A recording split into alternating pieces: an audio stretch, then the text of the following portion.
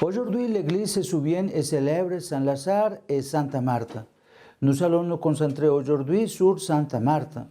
De sa diligence, nous apprenons à ne pas nous disperser dans beaucoup d'activités qui négligent l'amour. De sa profession de foi, nous apprenons que ce n'est qu'en abandonnant les certitudes humaines que la vie en Dieu lui fait expérimenter des merveilles qu'on ne croyait pas possibles. Comme pilule, soyons assidus dans l'amour dans une foi toujours plus intense. Ce sont les évangiles qui donnent des informations sur Marthe de Béthanie, un village peu distant de Jérusalem. Sœur de Lazare et Marie, elle est décrite comme femme active et méticuleuse et certainement elle est parmi les premières femmes à croire en Jésus.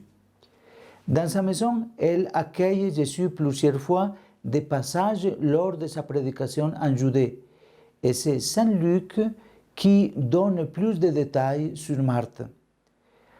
En racontant une fois où Jésus est à table avec des amis de Béthanie, l'évangéliste écrit: elle avait une sœur appelée Marie, laquelle, assise au pied du Seigneur, écoutait sa parole. Marthe, au contraire, est très occupée à de multiples services. Alors, elle s'approche de Jésus et lui dit: Seigneur, cela ne te dit rien que ma sœur me laisse seule à m'occuper du service? Dis-lui donc de m'aider. Mais le Seigneur lui répond: Marthe, Marthe, tu t'inquiètes et t'agites pour bien des choses. Une seule est nécessaire. C'est bien Marie qui a choisi la meilleure part et elle ne lui sera pas enlevée. Luc 10. Le maître reprend Marthe pour lui faire comprendre que la louable activité risque de lui faire négliger la vie intérieure. C'est un avertissement qui fait réfléchir sur ce qui est important. L'écoute de la parole de Dieu, car c'est la parole de Dieu qui donne son sens à l'agir quotidien. De toute façon, pour son dévouement affectueux à offrir à l'hôte un réconfort agréable dans sa maison, Marthe est reconnue par l'Église comme modèle de vie active, si bien que Marthe et Marie sont respectivement l'exemple de l'action et de la contemplation, de la vie active et de la vie de prière. Les deux aspects qui cherchent en qui les chrétiens ne doivent pas manquer ne s'opposent. Bien au contraire, ils doivent être complémentaires. Marthe a aussi laissé un fort témoignage de foi.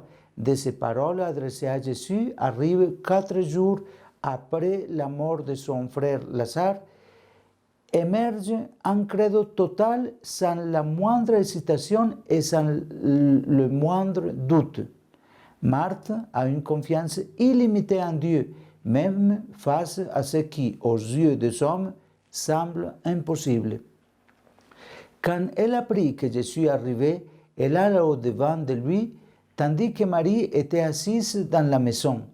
Marthe dit à Jésus: Seigneur, si tu avais été ici, mon frère ne serait pas mort. Mais maintenant encore, je sais que tout ce que tu demandes à Dieu, Dieu te l'accordera.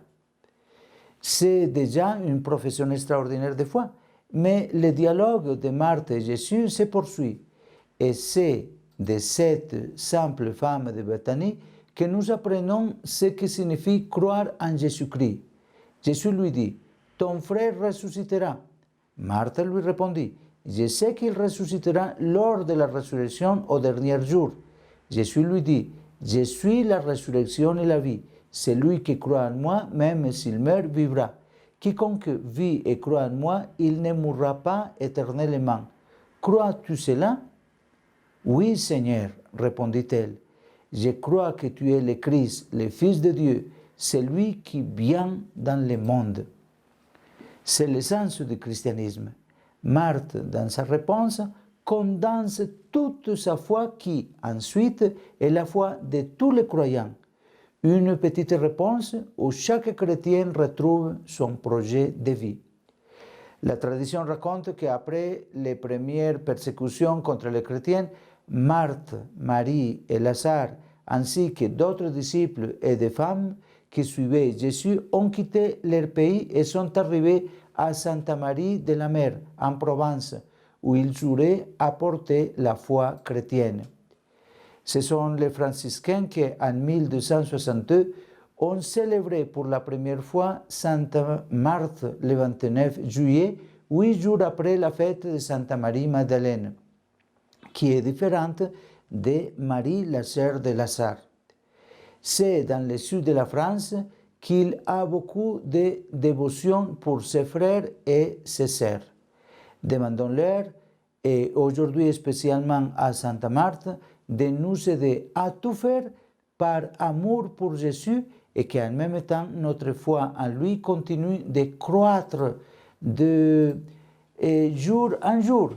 Elle et ses frères Lazare et Marie, si proches de Jésus, intercéderont sûrement pour chacun de nous.